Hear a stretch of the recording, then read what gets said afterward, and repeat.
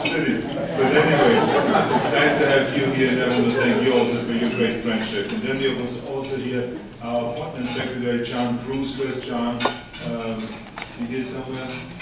Maybe he's in the back. I don't know where he is. He's hiding maybe. But anyway, he's doing a great job. And a great, great Republican. And we just brought him into the office. And one of the great Latino leaders also. He's doing also a great job. And so anyway, I didn't come really with a prepared speech because I did not know that I'm going to talk to you today until just 6 months ago.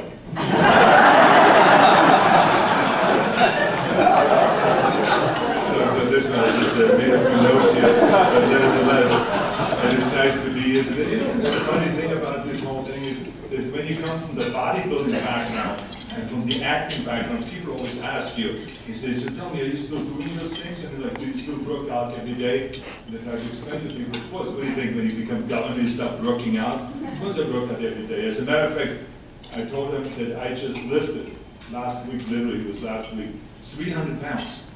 I mean, think about that. I just celebrated my 60th birthday, 300-pound lift.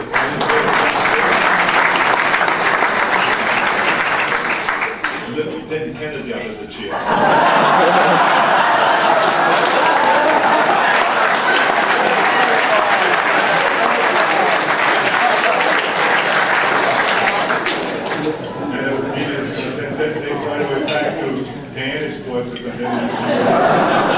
That's okay. He has been terrific, actually, and giving me some good advice. So he has been really terrific. But anyway, I'm here today to just tell you that I hope that the governors of all the other states have as much fun as I have with this job, because it is the best thing I've ever done.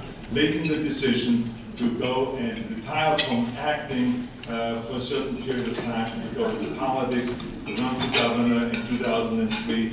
And because I made all my money here in California, California have given me all the opportunities. I created my family here and all this, and so it has been the best place. So I thought that California deserved now for me to give some time back. And it has been really the greatest pleasure every day to get up in the morning and to think about what can I do for the people of California. And we have, of course, when I took over the state, as Mike has just said earlier, the state was in a disastrous situation. Of course, a lot of people said, why would you want to do that? I mean, you have a structural deficit of $16.5 billion. Democrats and Republicans can't get along. You have this huge debt. The state has workers' comp was the poison of the economy. Infrastructure was falling apart, and no one has done anything for 30 years, and on and on and on. Huge problems we had. But I said to myself, I have a very clear vision of what I want to do with California. I'm going to go in there. I'm going to work really 100% and be dedicated as I was to bodybuilding and to show business. And I think we're going to turn it around, and we have. With the help of the legislators and with the help of everyone working together and the people of California being my partners, we turned the state around, and we're doing extremely well now with this state. And as you know, last year we did something really great, which was we agreed to spend $37 billion in infrastructure in California. We built our levees.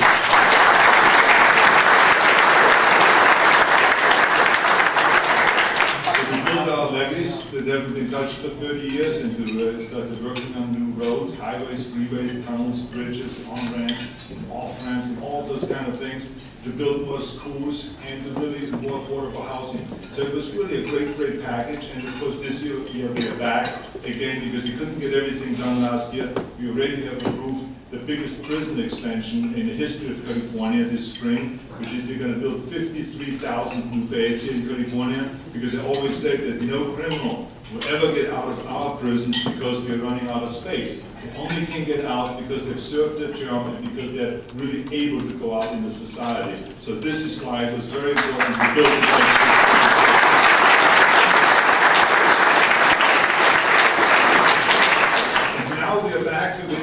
Also with water. Now, this to other states maybe is a little bit of foreign language, but I mean, to us here, water in California is extremely, extremely important. The last time they built anything that has to do with reliable and safe water is 30 years ago. The last dam that was built, water storage, was built in the late 70s, but that was by the federal government. So we have a water system here in California that is literally for 18 million people, but not for 37 million people or for 60 million people. And the reason why I say 60 million people is because if we come to an agreement this year, and some agreement to build more storage, water storage, which we are looking for, and conveyance, and all of those things, to create the infrastructure, it would take 20 years to build.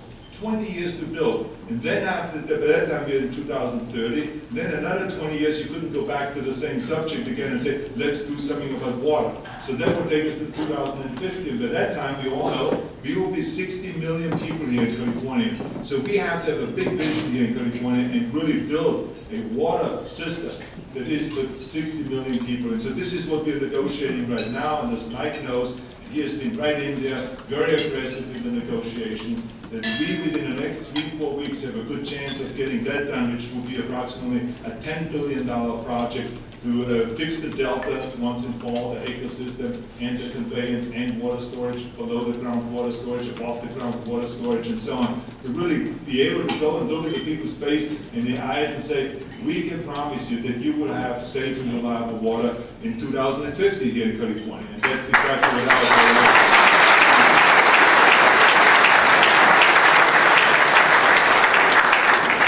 And then we're doing something on healthcare. And this is, again, another one of my baby projects, because I always was concerned about, there's too many Californians that are uninsured. We have 6.7 million Californians that are uninsured right now. And so we're working on a healthcare reform package and really fix our broken healthcare system once and for all. That means that we want to have everyone insured, mandatory healthcare insurance. We want to make sure that insurance companies can never, ever turn anyone away because of age or because of some medical history or something like that. And we also want to make sure that it's shared responsibility, because we, anytime we do something new like this, it takes extra money. We want to share the responsibilities amongst everybody. We're working on that right now. Again, we have made great progress in that. And if we get that done, it will be historic. Because as you know, in America, they've talked about universal health care since Teddy Roosevelt, 1912. He was the first one to mention universal health care.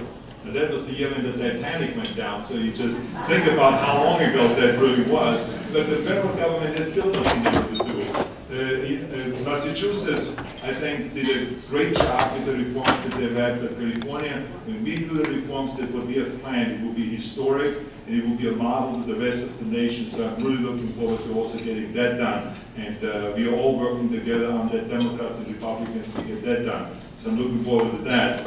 And of course, thank you.